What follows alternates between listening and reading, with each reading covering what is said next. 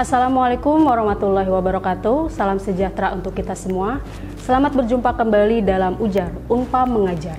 Perkenalkan, saya Santi Rahayu, dosen program studi Teknik Informatika S1, Fakultas Ilmu Komputer Universitas Pamulang, yang akan menemani teman-teman dalam membahas dan mendalami mata kuliah pengolahan citra digital. Pada pertemuan kali ini, kita akan mempelajari topik penting sebagai fondasi pengolahan citra digital, yaitu pengenalan Python, spesifikasi perangkat yang dibutuhkan, sintaks dasar, dan operasi aritmatika pada Python. Jadi, jangan kemana-mana ya teman-teman, tonton terus di Sasmita Jaya TV, berbagi untuk negeri.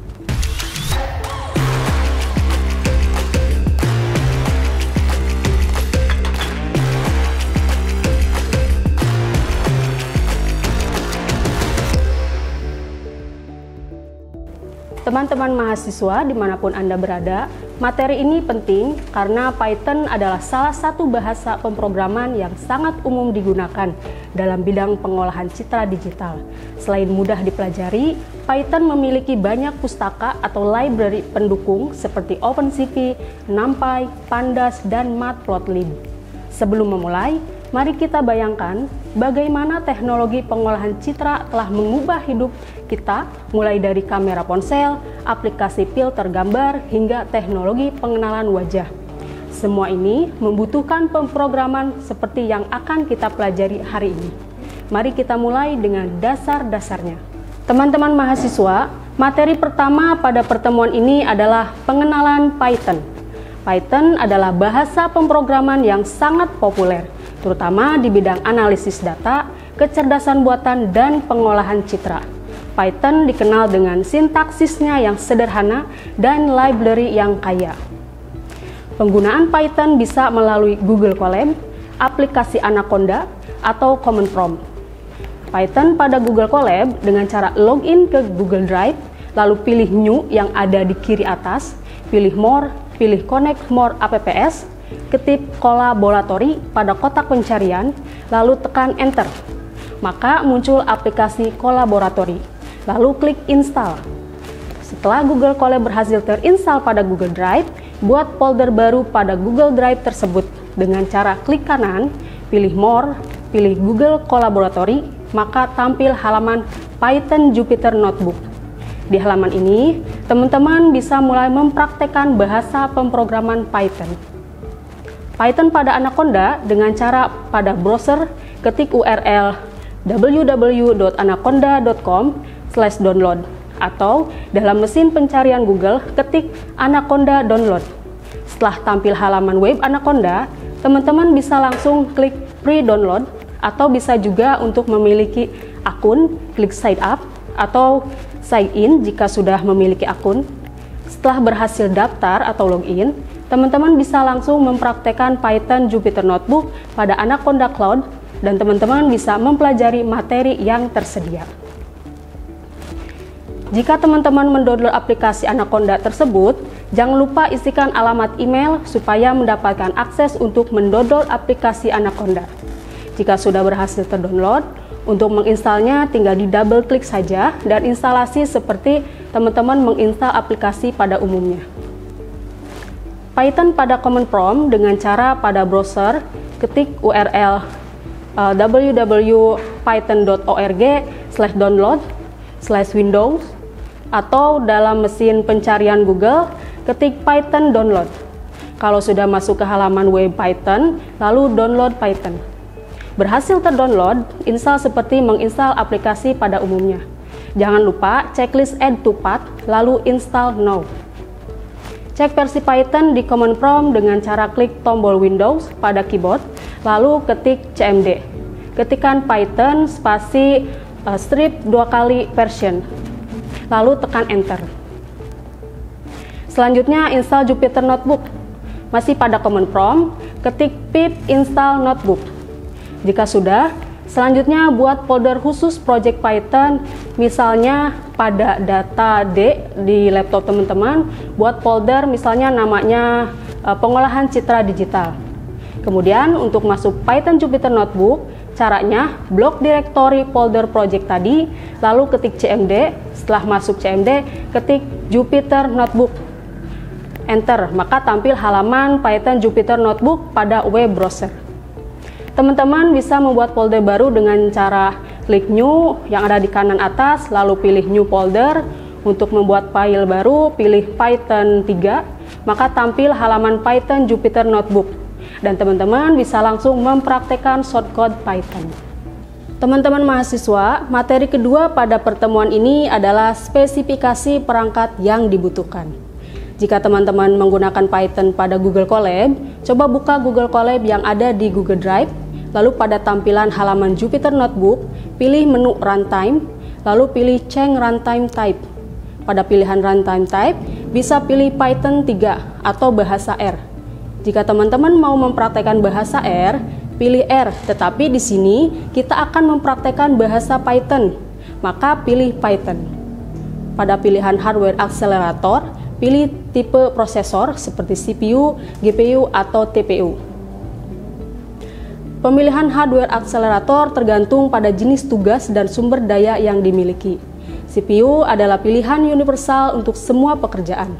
GPU lebih cocok untuk komputasi paralel intensif seperti deep learning. TPU dioptimalkan untuk komputasi machine learning berbasis TensorFlow. Jika teman-teman menggunakan Python pada Anaconda atau Common Prompt yang terinstall di laptop teman-teman, maka spesifikasi laptopnya yaitu sistem operasi Windows 8 atau lebih baru, atau distribusi Linux yang didukung, RAM-nya minimal 2 GB, disarankan 4 GB atau lebih untuk analisis data yang lebih kompleks, ruang penyimpanan minimal 3 GB, untuk instalasi dasar, lebih banyak ruang diperlukan jika menginstal library tambahan. Prosesor 64 bit. Teman-teman mahasiswa, materi ketiga pada pertemuan ini adalah sintaks dasar pada Python. Jangan lupa ubah nama file pada menu Untitled. Untuk penulisan shortcode, ketikkan pada line yang tersedia. Jika ingin menulis Markdown seperti heading 1-6, maka ubah pilihan kode menjadi Markdown. Lalu ketikkan tanda tagar. Jika ingin mengubah output tulisan sesuai dengan apa yang ditulis, maka pilih raw. Jika ingin menulis sintaks, maka pilih kode. Contoh, kita mau memuat heading 2 seperti halnya dalam penulisan HTML, maka pilih Markdown, lalu ketikkan tagar 2 kali. Lalu tulisannya misal judul, lalu Shift, Enter, atau klik menu Run. Kamu bisa mencoba dengan menulis tanda tagar sebanyak 1-6 dan lihat hasilnya. Bisa juga ubah pilih menjadi raw dan lihat hasilnya juga. Teman-teman bisa mencoba mengetikkan variabel dan value, misalnya variabel A dengan value 50, variabel B dengan value 25, lalu operator penjumlahan antara variabel A dan variabel B yang memberikan kepada variabel C. Sehingga ketika memanggil function print dengan parameter C menghasilkan output 75. Python memiliki berbagai tipe data yang dirancang untuk menangani berbagai jenis data. Tipe data utama dalam Python, integer misalnya, bilangan bulat integer, float, bilangan desimal atau floating point, terus ada kompleks, bilangan kompleks, atau complex number dengan bagian nyata dan imaginer, terus ada boolean, menyimpan true atau false, terus ada non-type, nilai non, menunjukkan objek kosong, terus ada str atau string, teks atau string, digunakan untuk menyimpan urutan karakter misalnya list, urutan nilai yang dapat diubah, mutable atau bisa diubah, dan mendukung elemen duplikat. Selanjutnya ada tuple, urutan nilai yang tidak dapat diubah atau immutable, terus ada set, yaitu kumpulan nilai yang tidak mendukung elemen duplikat dan tidak berurutan. Terus ada lagi dictionary, yaitu koleksi pasangan kunci nilai atau key value pairs. Terus ada range, digunakan untuk membuat urutan angka. Ada bytes, urutan byte yang tidak dapat diubah atau immutable. Terus ada byte array, urutan byte yang dapat diubah atau mutable. Terus ada memory view, yaitu objek tampilan memori untuk memanipulasi data biner tanpa menyalinnya. Ada juga frozen set, mirip dengan set tetapi tidak dapat diubah atau immutable. Cara memeriksa tipe data, teman-teman bisa gunakan fungsi atau function type tanda kurung untuk memeriksa tipe data dari suatu variabel. Teman-teman mahasiswa, materi keempat pada pertemuan ini adalah operator aritmatika pada Python. Operasi aritmatika yang umum digunakan pada Python yaitu seperti yang terlihat pada tabel berikut ini. Contoh penggunaannya adalah sebagai berikut. Demikian materi kita hari ini. Sebagai kesimpulan, pertama, Python adalah bahasa pemrograman yang sederhana tetapi sangat powerful, khususnya untuk pengolahan citra digital.